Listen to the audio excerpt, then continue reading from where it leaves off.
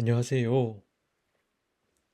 한 주간도 믿는 사람으로 살아가느라 수고가 많으셨지요. 그 길을 걷는 교회 수요 묵상, 요나 묵상입니다. 오늘부터는 사순절을 맞이해 요나서 말씀을 묵상해 보므로 하나님의 뜻을 헤아려 보려 합니다. 설교자로서 요즘 저의 기도는 다음과 같은 것입니다. 주님, 저에게 더욱더 성도들을 사랑하는 마음을 주십시오. 그들이 진정으로 잘되고 행복하길 바라는 마음으로 말씀을 연구하고 기도하고 준비하게 해 주십시오. 제 이 기도는 꼭 응답되었으면 좋겠다. 그런 생각을 해보게 됩니다. 요나 1장 말씀의 스토리는 다음과 같습니다. 여호와 하나님의 말씀이 아밋대의 아들 요나에게 임했습니다. 그 말씀은 다음과 같은 것이었습니다. 너는 어서 저 큰 성읍 니느웨로 가서 그 성읍에 대고 외쳐라. 그들의 죄악이 내 앞에까지 이르렀다. 이 말씀을 들은 요나는 주님의 낯을 피하여 다시스, 세번역 성경에는 스페인이라고 번역했습니다. 다시스로 도망을 가려고 길을 떠나 욥바로 내려갔습니다. 마침 스페인으로 가는 배를 만나 뱃삭을 내고 그 배에 탔습니다. 주님의 낯을 피해 스페인으로 도망갈 셈이었습니다. 그런데 주님께서 바다 위에 큰 바람을 보내시니 태풍이 일어나 배가 거의 부서지게 되었습니다. 뱃사람들은 두려움에 사로잡혀 각자 자기 신에게 부르짖었습니다. 또한 배를 가볍게 하려고 실은 짐들을 바다에 던졌습니다. 그런데도 요나는 배 밑창에서 깊이 잠들어 있었습니다.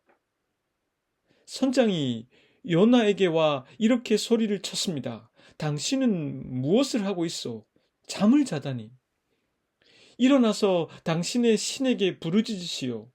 행여라도 그 신이 우리를 생각해 준다면 우리가 죽지 않을 수도 있지 않소? 뱃사람들은 제비를 뽑아 누구 때문에 이런 재앙이 내리는지 알아보기로 했습니다. 그들이 제비를 뽑았는데 요나가 나왔습니다. 사람들은 요나가 누구인지, 무엇을 하는 사람인지, 어디서 왔으며 어느 나라 사람인지를 물었습니다. 요나가 그들에게 대답합니다. 나는 히브리 사람입니다. 하늘에 계신 주 하나님, 바다와 육지를 지으신 그분을 섬기는 사람입니다. 그리고 요나가 자신이 하나님의 낯을 피해 지금 달아나고 있는 중이라고 말합니다. 그 사람들은 요나에게 이렇게 말합니다. 어쩌자고 이런 일을 하였소? 그러는 사이에 파도는 더 거세졌습니다. 사람들은 요나에게 어떻게 해야 할지를 묻습니다. 요나는 대답합니다. 나를 바다에 던지시오. 그러면 당신들 앞에 저 바다가 잔잔해질 것이요. 바로 나 때문에 이 태풍이 당신들에게 닥쳤다는 것을 나도 알고 있어. 뱃사람들은 육지로 되돌아가려고 열심히 노를 저었지만 파도는 점점 더 거세질 뿐이었습니다. 그들은 주님을 부르며 아뢰기를 주님 빕니다. 우리가 이 사람을 죽인다고 해서 우리를 죽이지 말아 주십시오.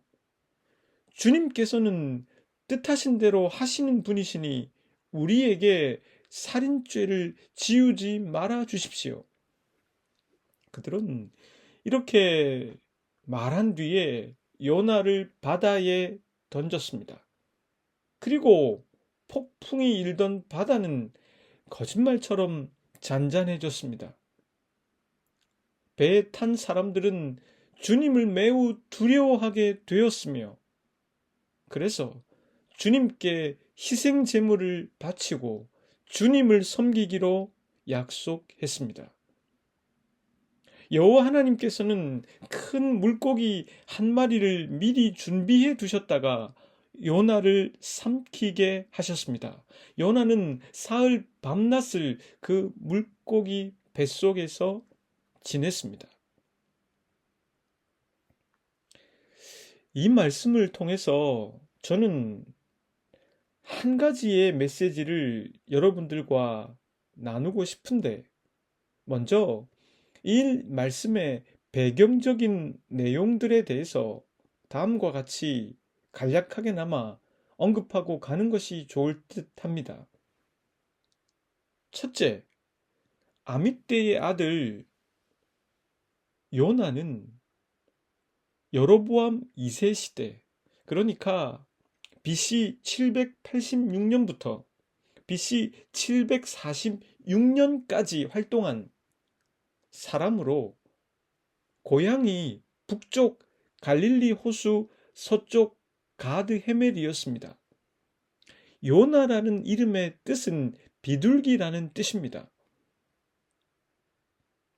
그러니까 요나서에 흐르고 있는 이 배경은 주전 8세기경으로 아수르 제국의 시대를 바탕으로 하고 있습니다.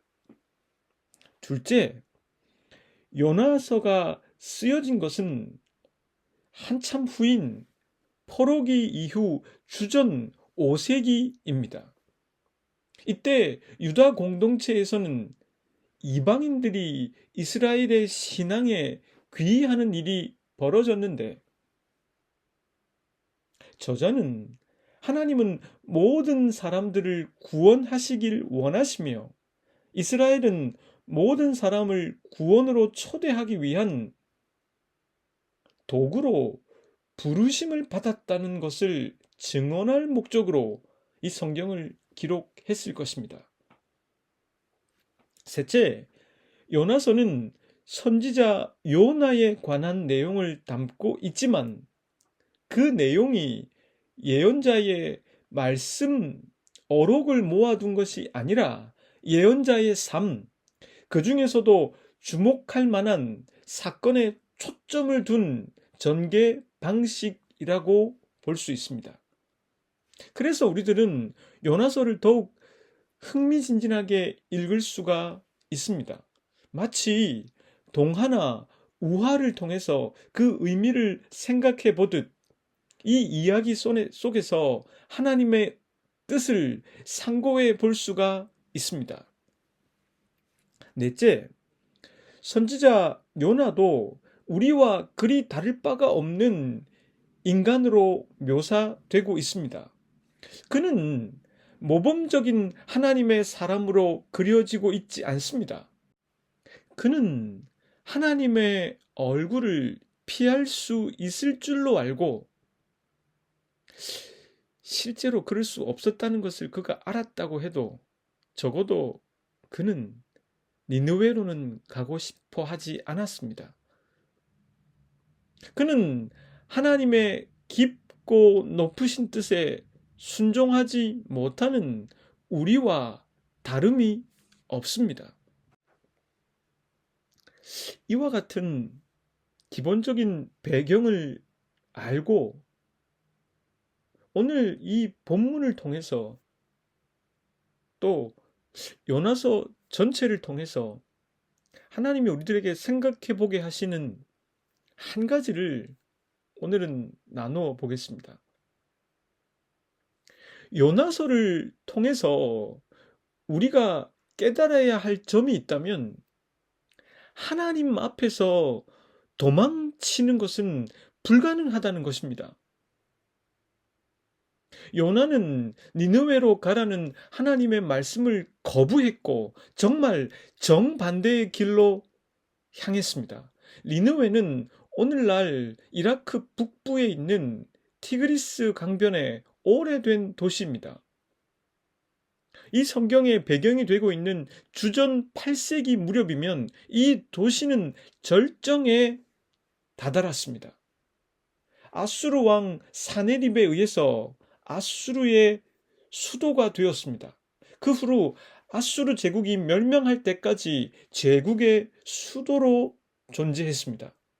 아수르는 주전 722년 북쪽 이스라엘을 정복했습니다.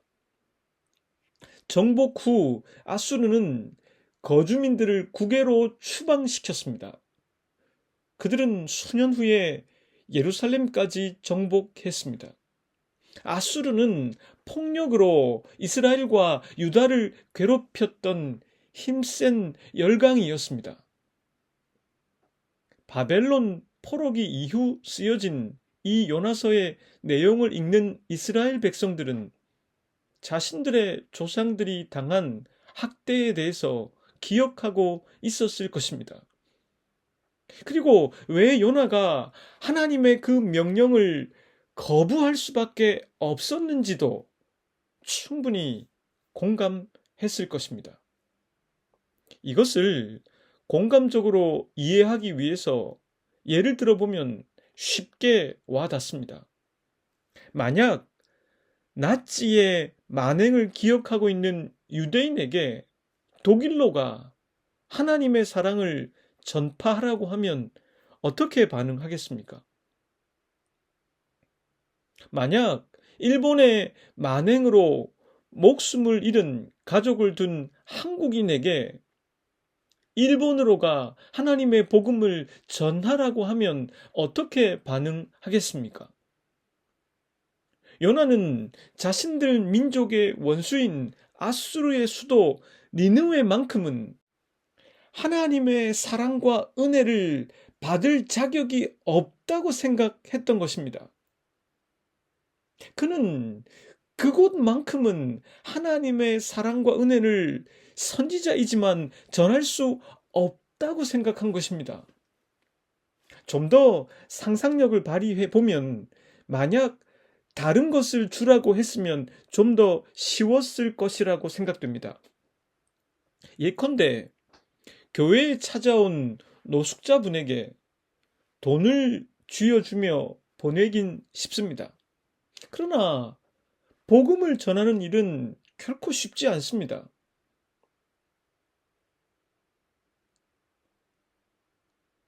교회는 전자가 아니라 후자를 위해 존재하는 곳임을 잊어서는 안 될 것입니다. 인간에게 가장 주어야 할 것은 바로 복음입니다. 하나님의 사랑과 은혜입니다. 그것을 아는 사람과 모르는 사람은 실로 엄청난 간격이 벌어집니다. 요나는 지금 원수된 그들에게 하나님의 사랑과 은혜를 전해 그들이 용서받는 꼴은 결단코 보고 싶지 않은 것입니다. 요나가 니느웨로 가지 않으려고 했던 것은 그곳에 가는 것이 힘들어서가 아닙니다. 또한 당신 전성기를 구가하던 니느웨 사람들이 두려웠기 때문도 아닙니다. 그보다는 그들에게 회개와 구원의 기회를 주고 싶지 않았기 때문입니다. 요나에게는 니느웨 사람들을 향한 사랑이 없기 때문입니다. 사랑은 그 사람이 잘 되길 바라는 마음입니다. 그럼 그 사람 잘 되길 바라는 마음은 무엇으로 연결될 수밖에 없을까요? 그것은 인간의 굴레 속에서 본질적인 면에 대해서 구원을 받을 수 있는 복음으로 이어질 수밖에 없습니다. 부모들이 교회 가기 싫어하는 자녀들을 어루고 달래서라도 예배당 문턱을 넘도록 하는 이유가 바로 여기에 있지 않겠습니까? 요나는 그렇기 때문에 정반대의 길로 갔습니다. 하나님은 요나에게 북동쪽의 니느웨로 가라고 명령하셨지만 요나는 정말 정반대인 남서쪽의 욥바로 갔습니다. 그리고 그 당시 세상의 끝이라고 여겼던 스페인으로 가려고 했습니다.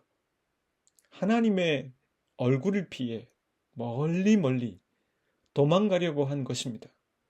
그러나 하나님의 얼굴을 피해 도망치는 것은 불가능합니다.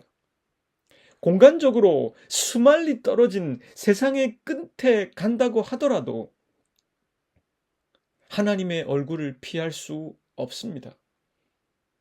또한 우리가 이 본문에서 착각하기 쉬운 문제인데 요나가 정반대인 욥바로 갔을 때 스페인으로 가는 배가 있었다고 성경은 기록합니다.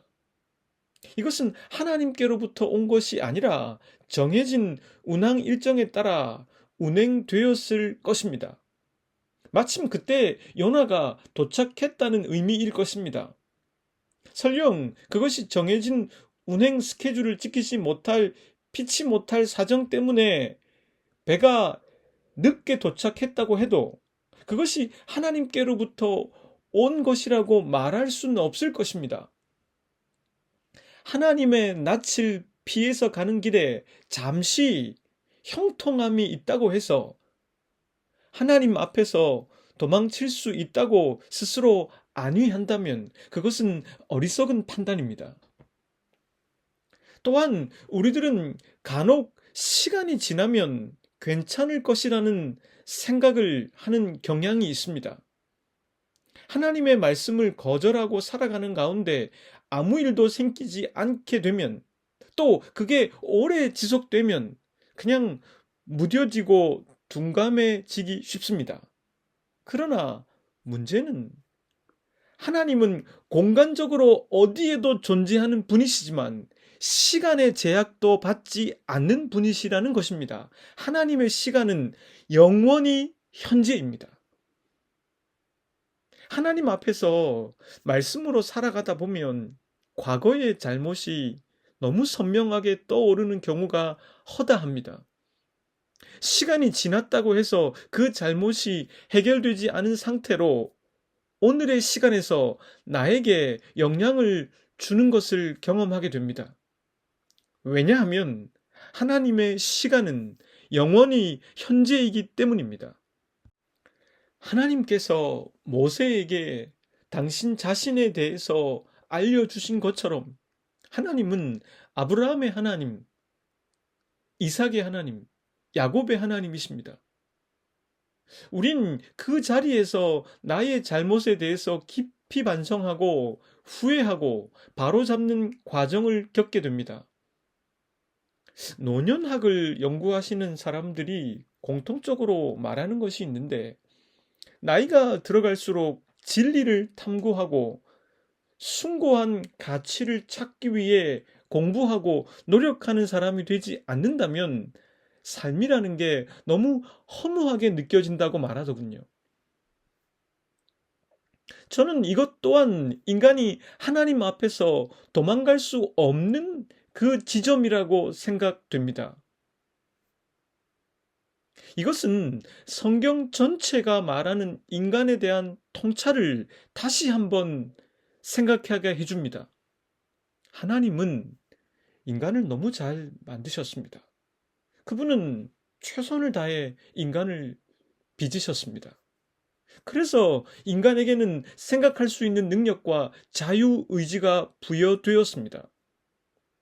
허나 인간은 그것을 잘못 사용함으로 궤도를 이탈하고 말았습니다. 그런 인간은 인생을 통해서 바로잡는 하나님의 사랑과 은총을 느낄 수밖에 없고 또 그것을 피할 수 있는 길이 없습니다. 공간적으로 도망을 가거나 시간이 지나면 괜찮아지겠지 생각하며 그걸 피하려 들지만 피할 수 없는 게 인간의 한계입니다. 왜냐하면 하나님은 시공간의 제약을 받지 않는 한계가 없는 분이시기 때문입니다. 이 점을 이 사순절 기간에 깊이 간직해 두시길 바랍니다. 잠시 기도하겠습니다. 하나님, 사순절 저희들은 요나서를 펴 당신의 뜻을 헤아려 봅니다. 하나님께 순종하지 못했던 요나의 모습이 저희의 모습과 다르지 않습니다. 요나가 하나님의 얼굴을 피할 수 없었듯 저희도 하나님의 얼굴을 피할 길이 없습니다.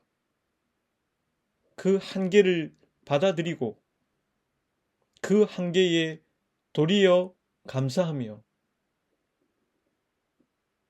한계 없이 현재의 시점에서 저희들에게 말을 걸어오시는 당신의 뜻에 순종해 나갈 수 있도록 하옵소서. 예수 그리스도의 이름으로 기도드립니다.